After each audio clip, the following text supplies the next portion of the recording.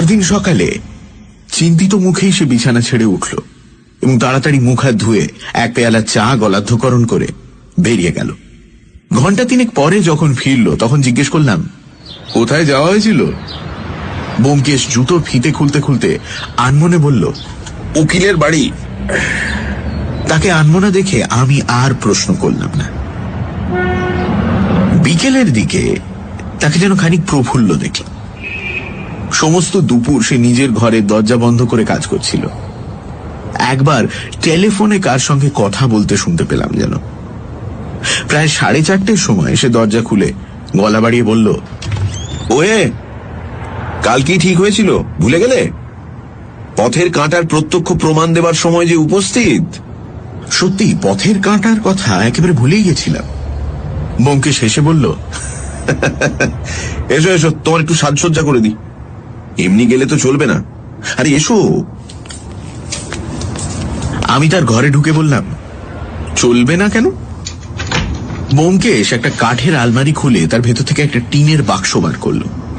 বাক্স থেকে ক্রেপ, কাঁচি, স্পিরিট গাম ইত্যাদি বার করে ব্রাশ দিয়ে আমার মুখে স্পিরিট গাম লাগাতে লাগাতে বলতে লাগলো, অজিত বন্দ্যোপাধ্যায় যে ব্যোমকেশ বক্সির বন্ধু, নড়ো না, এই খবর অনেক মহাত্মাই জানেন কিনা, তাই একটু সতর্কতা। ঠিক আছে। মিনিট 15 পরে আমার সাজসজ্জা শেষ করে যখন ব্যোমকেশ ছেড়ে দিল তখন আয়নার সামনে গিয়ে দেখি কি সর্বনাশ! এ তো অজিত বন্দ্যোপাধ্যায় নয়, এই যে সম্পূর্ণ আলাদা লোক। ফ্রেঞ্চ কাট দাড়ি, ছুঁচলো গোঁপ, এসব তো অজিত বন্দ্যোপাধ্যায়ের কোশমিনকালেও ছিল না। বয়সও প্রায় 10 বছর বেড়ে গেছে, রঙও যেন একটু ময়লা। আমি ভয় পেয়ে বললাম, এই বেশে রাস্তায় বেরোতে হবে যদি পুলিশ ধরে? মা ভই, পুলিশের বাবার সাথ দিয়েই তোমাকে চিনতে পারে। বিশ্বাস না হয় নিচের তলায় কোনো চেনা ভদ্রলোকের সঙ্গে গিয়ে কথা বলো, জিজ্ঞাসা করো অজিত বাবু কোথায় থাকেন। না না, তা দরকার নেই, আমি এমনি যাচ্ছি, চলো চলো চলো। বেরোবার সময় ব্যোমকেশ বলল, কি করতে হবে তোমার তো জানাই আছে, শুধু ফেরবার সময় একটু সাবধানে এসো, পিছু নিতে পারে।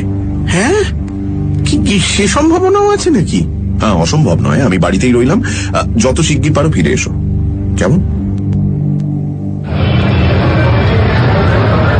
রাস্তায় বেরিয়ে প্রথমটা ভারী অস্বস্তি বোধ হতে লাগলো। ক্রমে যখন দেখলাম আমার ছদ্মবেশ কারুর দৃষ্টি আকর্ষণ করছে না, তখন অনেকটা নিশ্চিন্ত হলাম, একটু সাহসও বাড়ল। মোড়ের একটা দোকানে আমি নিয়মিত পান খেতাম। খোট্টা পানওয়ালা আমাকে দেখলেই সেলাম করত। সেখানে গিয়ে সদর্পে পান চাইলাম। লোকটা নির্বিকার চিত্তে পান দিয়ে পয়সা কুড়িয়ে নিল, আমার দিকে তাকালো না ভালো করে। 5টা বেজে গিয়েছিল, সুতরাং আর দেরি না করে ট্রামে চড়ে বসলাম। এসপ্ল্যানেডে নেমে বেড়াতে বেড়াতে সংকেত স্থানে উপস্থিত হলাম। মনের অবস্থা যদিও ঠিক অভিসারিকার মতো নয়, তবুও একটু যেন কৌতুক ও উত্তেজনা অনুভব করছিলাম। কৌতুক কিন্তু বেশিক্ষণ স্থায়ী রইল না। যে পথে জনস্রোত জলস্রোতের মতো ছুটে চলে, সেখানে এক জায়গায় দাঁড়িয়ে থাকা সহজ ব্যাপার নয়। 2-4টে কুনুইয়ের গুঁতো নির্বিকার ভাবে হজম করলাম। অকারণে সঙ্গের মতো ল্যাম্পোস্ট ধরে দাঁড়িয়ে থাকায় অন্য বিপদও আছে। চৌমাথার ওপর একটা সার্জেন্ট দাঁড়িয়েছিল। সে সব প্রশ্ন ভাবে আমার দিকে 2-3 বার তাকিয়েছে। যে কোনো মুহূর্তে এসে জিজ্ঞেস করবে, কেন দাঁড়িয়ে আছো? কি আর করি, ফুটপাথের ধারেই হোয়াইটওয়ে লেড লস দোকানের একটা প্রকাণ্ড কাঁচ ঢাকা জানলায় নানান রকম বিলিতি পণ্য সাজানো ছিল। সেই দিকে মুগ্ধ দৃষ্টিতে তাকিয়ে রইলাম। মনে মনে ভাবলাম, পাড়াকে ভূত মনে করলে ক্ষতি নেই, তাই বলে গাঁট কাটা ভেবে হাত কণা না পড়ায়। ঘড়িতে দেখলাম 5:50। কোন ক্রমে আর 10টা মিনিট কাটাতে পারলে বাঁচা যায়। অধীরভাবে অপেক্ষা করতে লাগলাম। মনটা নিজের পাঞ্জাবির পকেটের মধ্যে পড়ে রইল। 2-1 বার পকেটে হাত দিয়েও দেখলাম, কিন্তু তাতে নতুন কিছু হাতে ঠেকল না। অবশেষে 6টা বাজতেই একটা আরামের নিঃশ্বাস ফেলে ল্যাম্পপোস্ট পরিত্যাগ করলাম। পকেট দুটো ভালো করে পরীক্ষা করে নিলাম, চিঠিপত্র কিচ্ছু নেই। নিরাশার সঙ্গে একটা আনন্দও হতে লাগলো। যাক, ব্যোমকেশের অনুমান যে অভ্রান্ত নয় তার একটা দৃষ্টান্ত পাওয়া গেছে। এইবার তাকে বেশ একটু খোঁচা দিতে হবে। এইরকম নানান রকম কথা ভাবতে ভাবতে এসপ্লেনেডের ট্রাম ডিপোয় এসে পৌঁছলাম। ছবি নেবেন বাবু? কানের অত্যন্ত কাছে শব্দ শুনে চমকে ফিরে দেখি লুঙ্গি পরা একজন একখানা খাম আমার হাতে গুঁজে দিচ্ছে। বিস্মিতভাবে খুলতেই একখানা কুৎসিত ছবি বেরিয়ে পড়ল। এইরকম ছবির ব্যবসা কলকাতার রাস্তাঘাটে চলে জানতাম, তাই ঘৃণা ভরে সেটা ফেরত দিতে গিয়ে দেখি ওমা, লোকটা নেই। সামনে পেছনে চারিদিকে চোখ ঘোরালাম, কিন্তু ভিড়ের মধ্যে সেই লুঙ্গি পরা লোকটাকে আর কোথাও দেখতে পেলাম না। অবাক হয়ে কি করব ভাবছি, এমন সময় একটা ছোট্ট হাসির শব্দে চমক ভেঙে দেখলাম একজন বৃদ্ধ গোছের ফিরিঙ্গি ভদ্রলোক আমার পাশে এসে দাঁড়িয়েছেন। আমার দিকে না তাকিয়ে তিনি পরিষ্কার বাংলায় একান্ত পরিচিত কণ্ঠে বললেন, চিঠি তো পেয়ে গেছো দেখছি, এবার বাড়ি যাও, একটু ঘুরে যেও। এখান থেকে ট্রামে বউবাজারের মোড় পর্যন্ত যেও, সেখান থেকে বাসে করে হাওড়ার মোড় পর্যন্ত, তারপর ট্যাক্সিতে করে বাড়ি যাবে। সার্কুলার রোডের ট্রাম এসে সামনে দাঁড়িয়েছিল। সাহেব তাতে উঠে বসলেন।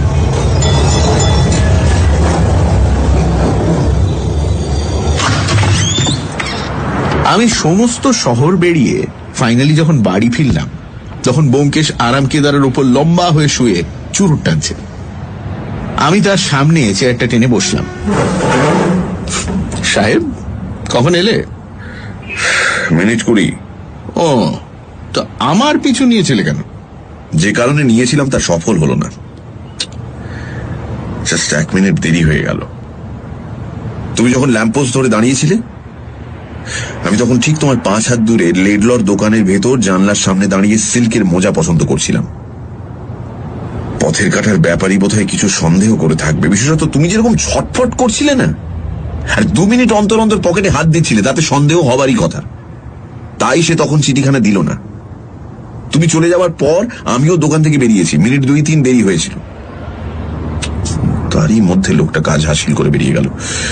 আমি যখন পৌঁছলাম তখন তুমি খাম হাতে করে বিয়ের মতো দাঁড়িয়ে আছো। কি করে খাম পেলে? কি করে পেলাম তার বিবৃতি দিতে ব্যোমকেশ জিজ্ঞেস করল, লোকটাকে ভালো করে দেখেছিলে? কিছু মনে আছে? না, শুধু মনে হচ্ছে তার নাকের পাশে যেন একটা মস্ত আঁচিল ছিল। সেটা আসল নয়, আসল নয়, নকল, তোমার গোঁফ দাড়ির মতো। যাকে যাক, এখন চিঠিখানা দেখি। তুমি ইতিমধ্যে বাথরুমে গিয়ে তোমার দাড়ি গোঁফ ধুয়ে এসো। দাড়ি গোঁফ খুলে চান সেরে যখন ফিরলাম, তখন ব্যোমকেশের মুখ দেখে একেবারে অবাক হয়ে গেলাম। 2 হাত পেছনে দিয়ে সে দ্রুত পদে পায়চারি করছে। তার মুখে চোখে এমন একটা প্রদীপ্ত উল্লাসের প্রতিচ্ছবি ফুটে উঠেছে, যা দেখে আমার বুকের ভেতরটা লাফিয়ে উঠল। আমি জিজ্ঞেস করলাম, চিঠিতে কি দেখলে? কিছু পেয়েছো নাকি? শুধু একটি কথা অজিত, একটি ছোট্ট কথা, কিন্তু এখন তোমাকে কিচ্ছু বলবো না। হাওড়ার ব্রিজ কখনো খোলা অবস্থায় দেখেছো? হ্যাঁ, আমার মনের অবস্থা হয়েছিল ঠিক সেই রকম। 2 দিক থেকে পথ এসেছে, কিন্তু মাঝখানটিতে একটুখানি ফাঁক, একটি পন্টুন খোলা। আজ সেই ফাঁকটুকু জোড়া লেগে গেছে। কি করে জোড়া লাগলো? চিঠিতে কি আছে তুমি পড়ে দেখো, বলে ব্যোমকেশ খোলা কাগজখানা আমার হাতে দিল। খামে কুৎসিত ছবিটা ছাড়া আর একখানা কাগজ ছিল, তা দেখেছিলাম, কিন্তু পড়বার সুযোগ হয়নি। এখন দেখলাম পরিষ্কার অক্ষরে লেখা রয়েছে, আপনার পথের কাঁটা কে, তার নাম ও ঠিকানা কি, আপনি কি চান পরিষ্কার করে লিখুন, কোনো কথা লুকোবেন না, নিজের নাম লেখার দরকার নেই। চিঠি খামে ভরে আগামী রবিবার 10ই মার্চ রাত্রি 12টার সময় খিদিরপুর রেসকোর্সের পাশের রাস্তা দিয়ে পশ্চিম দিকে যাবেন। একটি লোক বাইসাইকেল চড়ে আপনার সামনে দিক দিয়ে আসবে। তার চোখে মোটর গগলস দেখলেই চিনতে পারবেন। তাকে দেখা মাত্র আপনার চিঠি হাতে নিয়ে পাশের দিকে হাত বাড়িয়ে থাকবেন। বাইসাইকেল আরোহী আপনার হাত থেকে চিঠি নিয়ে যাবে। তারপর যথাসময় আপনি খবর পাবেন। পায়ে হেঁটে একা আসবেন, সঙ্গী থাকলে দেখা পাবেন না। 2-3 বার সাবধানে পড়লাম। খুব অসাধারণ এবং যার পর নাই রোম্যান্টিক, তাতে কোনো সন্দেহ নেই, কিন্তু এতে ব্যোমকেশের এত আনন্দের যে কি কারণ তা খুঁজে পেলাম না। জিজ্ঞেস করলাম, কি ব্যাপার বলে দেখি? আমি তো এর মধ্যে কিছুই দেখছি না। কিছু দেখতে পেলে না? অবশ্য তুমি কাল যা অনুমান করেছিলে তা বর্ণে বর্ণে মিলে গেছে, তাতে কোনো সন্দেহ নেই। লোকটার আত্মগোপন করবার চেষ্টার মধ্যেই হয়তো কোনো বদমতলব থাকতে পারে, কিন্তু তাছাড়া আমি তো আর কিছু দেখছি না। হায় অন্ধ, অত বড় জিনিসটা তুমি দেখতে পে। ব্যোমকেশ হঠাৎ থেমে গেল। বাইরে সিঁড়িতে পায়ের শব্দ। ব্যোমকেশ কিছুক্ষণ সে শব্দ মন দিয়ে শুনে তারপর বলল, আশুবাবু, এসব কথা ওকে বলবার কোনো দরকার নেই। বলে চিঠিখানা আমার হাত থেকে নিয়ে পকেটে পুরল। আশুবাবু ঘরে প্রবেশ করলে তার চেহারা দেখে একেবারে স্তম্ভিত হয়ে গেলাম। একদিনের মধ্যে যে মানুষের চেহারার এতখানি পরিবর্তন হতে পারে তা কল্পনা করাও কঠিন।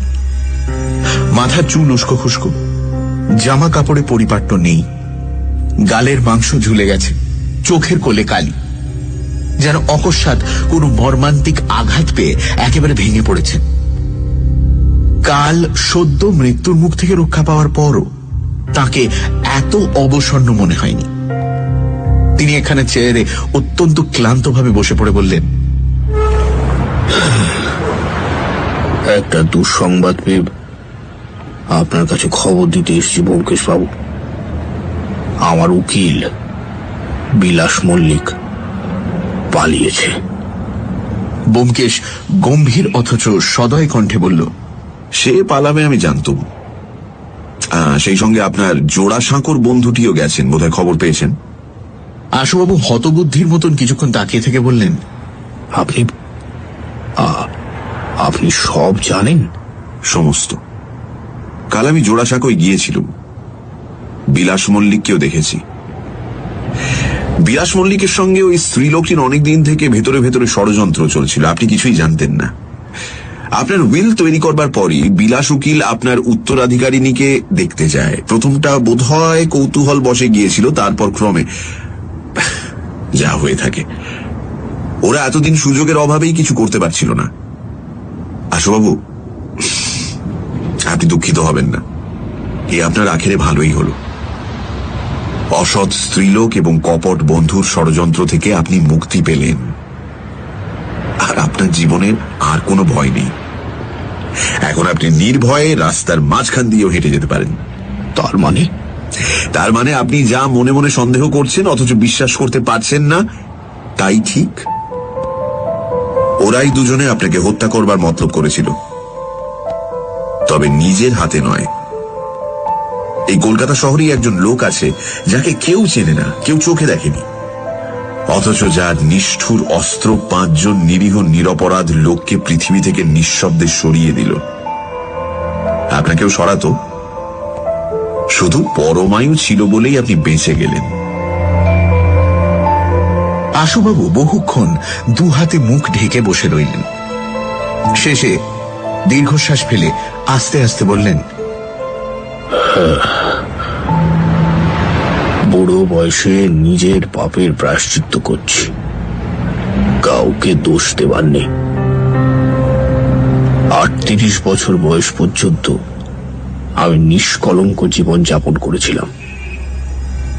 তারপর হঠাৎ পদস্খলন হয়ে গেল। একদিন দেওঘরে তপবন দেখতে গিয়েছিলাম। সেখানে একটি অপূর্ব সুন্দরী মেয়েকে দেখে একেবারে আত্মহারা হয়ে গেলাম। বিয়েতে আমার চিরদিনের অরুচি, কিন্তু তাকে বিয়ে করার জন্য একেবারে পাগল হয়ে উঠলাম। শেষে একদিন জানতে পারলাম সে পতিতার মেয়ে। বিবাহ হলো না, কিন্তু তাকে ছাড়তেও পারলাম না। কলকাতায় এনে বাড়ি ভাড়া করে রাখলাম। সেই থেকে এই 12-13 বছর তাকে আমি স্ত্রীর মতোই দেখে এসেছি। তাকে সমস্ত সম্পত্তি লিখে দিয়েছিলাম, সে তো আপনি জানেন। ভাবতাম সেও আমাকে স্বামীর মতোই ভালোবাসে, কোনো দিন সন্দেহ হয়নি। বুঝতে পারিনি যে বাপের রক্তে যার জন্ম সে কখনো সাধ্যি হতে পারে না। যাক, বুড়ো বয়সে যে শিক্ষা পেলাম হয়তো পরজন্মে কাজে লাগবে।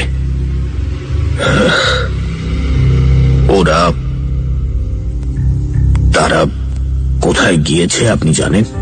না, আর সেটা জেনেও কোনো লাভ নেই।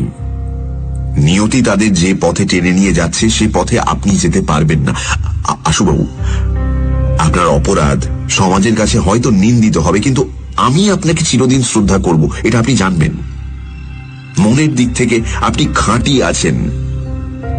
কাদা ঘেঁটেও আপনি নির্মল থাকতে পেরেছেন, এইটাই আপনার সবচেয়ে বড় প্রশংসার কথা। এখন আপনার খুবই আঘাত লেগেছে, এরকম বিশ্বাসঘাতকতায় কার না লাগে, কিন্তু ক্রমে আপনি বুঝবেন এর চেয়ে ভালো আপনার আর অন্য কিছুতে হতে পারত না। ব্যোমকেশ বাবু, আপনি আমার চেয়ে বয়সে অনেক ছোট, কিন্তু আপনার কাছে আমি যে সান্ত্বনা পেলাম এ আমি কোথাও প্রত্যাশা করিনি। নিজের লজ্জাকর পাপের ফল যে ভোগ করে তাকে কেউ সহানুভূতি দেখায় না, তাই তার প্রায়শ্চিত্ত এত ভয়ঙ্কর। আপনার সহানুভূতি পেয়ে আমার অর্ধেক বোঝা হালকা হয়ে গেছে। আর বেশি কি বলবো বলুন? চিরদিনের জন্য আপনার কাছে ঋণী হয়ে রইলাম।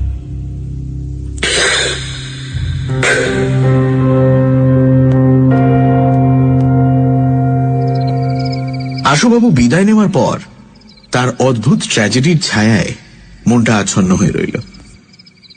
শুতে যাওয়ার আগে ব্যোমকেশকে একটা প্রশ্ন করলাম, আচ্ছা, আশুবাবুকে খুন করবার চেষ্টার পেছনে যে বিলাস উকিল আর ওই স্ত্রীলোকটি আছে, এ কথা তুমি কবে জানলে?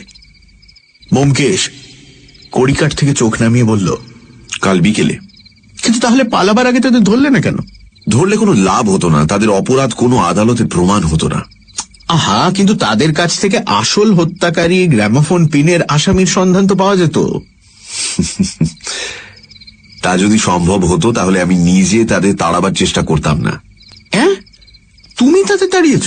হ্যাঁ, আশুবাবু দৈবক্রমে বেঁচে যাওয়াতে তারা উড়ু উড়ু করছিলই। আমি আজ সকালে বিলাস উকিলের বাড়ি গিয়ে ইশারা ইঙ্গিতে বুঝিয়ে দিলাম যে আমি অনেক কথাই জানি, যদি এই বেলা সরে না পড়েন তো হাতে দড়ি পড়বে। বিলাস উকিল বুদ্ধিমান লোক, সন্ধ্যের গাড়িতেই বামাল সমেত নিরুদ্দেশ হয়েছেন। কিন্তু ওদের তাড়িয়ে তোমার লাভ কি হলো? লাভ এমন কিছু নয়, কেবল একটু দুষ্টের দমন করা গেল, এই আর কি। বিলাস উকিল শুধু হাতে নিরুদ্দেশ হবার লোক নন, মক্কেলের টাকা কড়ি যা তার কাছে ছিল সমস্তই সঙ্গে নিয়েছিলেন, এবং এতক্ষণে মনে হয় বর্ধমানের পুলিশ তাকে হাজতে পুড়েও দিয়েছে। আগে থাকতেই তারা খবর জানতো কিনা। যাই হোক, বিলাসচন্দ্রের 2 বছর সাজা কেউ ঠেকাতে পারবে না। যদিও ফাঁসি তার উচিত শাস্তি, তবু তা যখন উপস্থিত দেওয়া যাচ্ছে না তখন 2 বছরই বা মন্দ কি। পরদিন সকালে একজন অপরিচিত আগন্তুক দেখা করতে এলো। সবেমাত্র চায়ের বাটি নামিয়ে রেখে খবরের কাগজখানা খোলবার জোগাড় করছি, এমন সময় দরজার কড়া নড়ে উঠল। ব্যোমকেশ চমকে উঠে বলল, কে? ভেতরে আসুন। একটি ভদ্র বেশধারী সুশ্রী যুবক প্রবেশ করল। দাড়ি গোঁফ কামানো, এক হারা ছিপছিপে গড়ন, বয়স 30-এর মধ্যেই। চেহারা দেখলে মনে হয় একজন অ্যাথলিট। সামনে আমাদের দেখে স্মিত মুখে নমস্কার করে বলল, নমস্কার, কিছু মনে করবেন না, সকালবেলায় বিরক্ত করতে এলাম। আমার নাম প্রফুল্ল রায়, আমি একজন বীমা কোম্পানির এজেন্ট। বলে অনাহুতভাবেই একখানা চেয়ার অধিকার করে বসল। ব্যোমকেশ বিরস্বরে বলল, আমাদের জীবন বীমা করবার মতো পয়সা নেই। প্রফুল্ল রায় হেসে উঠল। একজন লোক আছে যাদের মুখ দেখতে বেশ সুশ্রী, কিন্তু হাসলেই মুখের চেহারা পাল্টে যায়। দেখলাম প্রফুল্ল রায়েরও তাই হল। লোকটি বোধহয় অতিরিক্ত পানখোর, কারণ দাঁতগুলো পানের রসে রক্তাক্ত হয়ে আছে। সুন্দর মুখ এত সহজে এমন বিকৃত হতে পারে দেখে আশ্চর্য হয়ে গেলাম। প্রফুল্ল রায় হাসতে হাসতে বলল, আমি বীমা কোম্পানির লোক বটে, কিন্তু ঠিক বীমার কাজে আপনার কাছে আসেনি ব্যোমকেশ বাবু। অবশ্য আজকাল আমাদের আসতে দেখলে আত্মীয় স্বজনরাও দৌড়ে খিল দিতে আরম্ভ করেছেন। নেহাত দোষ দেওয়াও যায় না, কিন্তু আপনারা নিশ্চিত হতে পারেন উপস্থিত আমার কোনো দুরভিসন্ধি নেই। আপনি তো ব্যোমকেশ বাবু, ওই বিখ্যাত ডিটেকটিভ। আপনার কাছে একটু প্রাইভেট পরামর্শ নিতে এসেছি, যদি আপত্তি না থাকে। ব্যোমকেশ বেজারভাবে মুখখানা বেঁকিয়ে বলল, পরামর্শ নিতে হলে অগ্রিম কিছু দর্শনই দিতে হয়। প্রফুল্ল রায় তৎক্ষণাৎ মানিব্যাগ থেকে একখানা 10 টাকার নোট বার করে টেবিলের ওপর রেখে বলল, হ্যাঁ হ্যাঁ, নিশ্চয়ই। এই নিন। আমার কথা অবশ্য গোপনীয় কিছু নয়, তবু বলে অর্থপূর্ণভাবে আমার দিকে তাকালো। আমি উঠবার উপক্রম করছি দেখে ব্যোমকেশ বেশ একটু কড়া সুরে বলল, উনি আমার সহকারী এবং বন্ধু, যা বলবেন ওর সামনেই বলুন। বেশ তো, খুব ভালো কথা। উনি যখন আপনার সহকারী, তখন আর আপত্তি কিসের? আপনার নামটি? আমি অজিত, নমস্কার। মাফ করবেন অজিত বাবু, আপনি যে ব্যোমকেশ বাবুর বন্ধু তা আমি বুঝতে পারিনি। আপনি তো ভাগ্যবান লোক মশাই, সর্বদা এত বড় একজন ডিটেকটিভের সঙ্গে সঙ্গে থাকা, কত রকম বিচিত্র ক্রাইমের সমাধানে সাহায্য করা, এ তো কম সৌভাগ্যের কথা নয়। আপনার জীবনের একটা মুহূর্ত বোধহয় ডাল নয়। আমার এক এক সময় মনে হয় এই একঘেয়ে বীমার কাজ ছেড়ে আপনার মতো জীবন যাপন যদি করতে পারতাম। 1 মিনিট ব্যোমকেশ বাবু। বলে পকেট থেকে পানির ডিবে বার করে একটা পান মুখে দিল। এদিকে ব্যোমকেশ ক্রমেই অধীর হয়ে উঠছিল। বলল, এইবার আপনার পরামর্শের বিষয়টা যদি প্রকাশ করে বলেন তাহলে সব দিক দিয়ে সুবিধে হয়। হ্যাঁ, এই যে বলছি, আমি বীমা কোম্পানির এজেন্ট, তা তো আগেই শুনেছেন। বম্বের জুয়েল ইন্স্যুরেন্স কোম্পানির তরফ থেকে আমি কাজ করি। কোম্পানির হয়ে 10-12 লাখ টাকার কাজ আমি করেছি। তাই কোম্পানি খুশি হয়ে আমাকে কলকাতার অফিসে চার্জ দিয়ে পাঠিয়েছেন। গত 8 মাস আমি স্থায়ীভাবে কলকাতাতেই আছি। প্রথম 2 মাস বেশ কাজ চালিয়েছিলাম মশাই, কিন্তু হঠাৎ কোথা থেকে এক আপদ এসে জুটল। কারণ নাম করবার দরকার নেই, কিন্তু অন্য বীমা কোম্পানির একটা লোক আমার পেছনে লাগলো। আর চুনোপুটির কারবার আমি করি না মশাই, 2-4 হাজারের কাজ আমার অধীনস্থ এজেন্টরাই করে, কিন্তু বড় বড় খদ্দেরের বেলা আমি নিজে কাজ করি। এই লোকটা আমার বড় বড় খদ্দের ভালো ভালো লাইফ ভাঙাতে আরম্ভ করলে আমি যেখানে যাই আমার পেছু পেছু সেও সেখানে গিয়ে হাজির হয়। কোম্পানির নামে নানা রকম দুর্নাম দিয়ে খদ্দের ভরকে দেয়। শেষে এমন অবস্থা দাঁড়ালো যে বড় বড় লাইফগুলো আমার হাত থেকে বেরিয়ে যেতে লাগলো মশাই। এইভাবে 4-5 মাস কাটলো। কোম্পানি থেকে তাগাদা আসতে লাগলো, কিন্তু কি করব, কেমন করে লোকটার হাত থেকে ব্যবসা বাঁচাবো কিছুই ঠিক করতে পারলাম না। মামলা মোকদ্দমা করাও সহজ নয়, তাতে আবার কোম্পানির ক্ষতি হয়, অথচ ছিনে জোঁক পেছনে লেগেই আছে। আরো মাসখানেক কেটে গেল, লোকটাকে জব্দ করবার কোনো উপায় ভেবে পেলাম না। এমন সময় প্রফুল্ল রায় মানিব্যাগ থেকে সযত্নে রক্ষিত 2টি চিরকুট বার করে ছোট টুকরোটি ব্যোমকেশের হাতে দিয়ে বলল, এইটা দেখুন। দিন 12-14 আগে এই বিজ্ঞাপনটা হঠাৎ চোখে পড়ল। আপনার নজরে বোধহয় পড়েনি, পড়বার কথাও নয়, কিন্তু 5 লাইনের বিজ্ঞাপন হলে কি হয় মশাই, পড়বা মাত্র আমার প্রাণটা কেমন লাফিয়ে উঠল।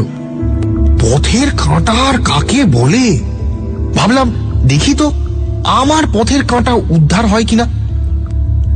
মনের তখন এমনই অবস্থা যে স্বপ্নাদ্য মাদুলি হলেও বোধ করি আপত্তি করতাম না। গলা বাড়িয়ে দেখলাম এসেই পথের কাঁটার বিজ্ঞাপনের কাটিং।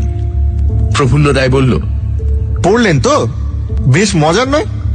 যা হোক, আমি তো নির্দিষ্ট দিনে, অর্থাৎ গত শনিবারের আগের শনিবার, কদমতলায় কেষ্ট ঠাকুরের মতো ল্যাম্পোস্ট ধরে গিয়ে দাঁড়ালাম।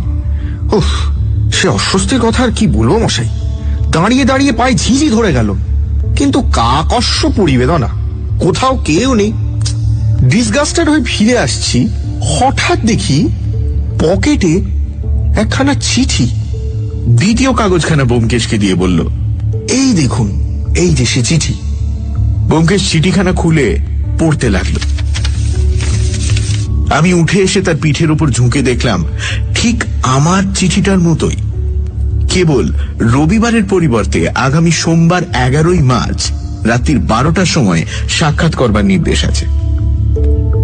প্রফুল্ল রায় একটু থেমে চিঠিটা পড়বার অবকাশ দিয়ে বলতে লাগলো, একে তো পকেটে চিঠি এলো কি করে ভেবেই পেলাম না, তার উপর চিঠি পড়ে অজানা আতঙ্কে ভেতরটা কেঁপে উঠল ব্যোমকেশবাবু। আমি মিস্ট্রি ভালোবাসি না মশাই, কিন্তু এই চিঠির যেন আগাগোড়াই মিস্ট্রি, যেন কি একটা ভয়ঙ্কর অভিসন্ধি এর মধ্যে লুকোনো রয়েছে। নইলে নইলে আপনি বলুন, সবটাতে এত লুকোচুরি কেন? লোকটা কে, কিরকম প্রকৃতি, কিছুই তো জানি না, তার চেহারাও দেখিনি, অথচ সে আমাকে রাত দুপুরে একটা নির্জন রাস্তা দিয়ে একলা যেতে বলেছে। ভয়ঙ্কর সন্দেহের কথা নয় কি? আপনি বলুন তো অজিতবাবু। আমি উত্তর দেওয়ার আগেই ব্যোমকেশ বলল, উনি কি মনে করেন সে প্রশ্ন নিষ্প্রয়োজন। আপনি কোন বিষয়ে পরামর্শ চান আপনি সেটাই বলুন না। প্রফুল্ল রায় একটু ক্ষুণ্ণ হয়ে বলল, সেই কথাই তো জিজ্ঞাসা করছি। চিঠির লেখককে চিনি না, অথচ তার ভাবগতিক দিকে সন্দেহ হয় মশাই। এর লোক ভালো নয়। এই অবস্থায় চিঠির উত্তর নিয়ে আমার যাওয়া কি উচিত হবে? আমি নিজে গত 10-12 দিন ধরে ভেবে কিছুই ঠিক করতে পারিনি, অথচ যেতে হলে মাঝে আর একটা দিন বাকি। তাই কি করব ঠিক করতে না পেরে আপনার পরামর্শ নিতে এসেছি ব্যোমকেশবাবু। আপনি যদি একটু।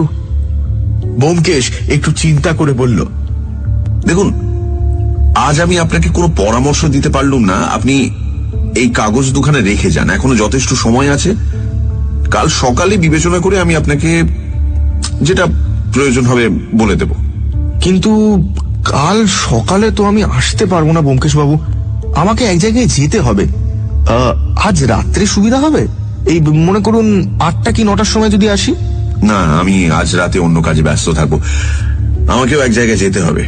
বলে ফেলেই সচকিতে প্রফুল্ল রায়ের দিকে দৃষ্টিপাত করে কথাটা ঘুরিয়ে নিয়ে বলল, কিন্তু আপনার ব্যস্ত হবার কোনো কারণ নেই। কাল বিকেলে 4টে 4:30 সময় এলেও যথেষ্ট সময় থাকবে।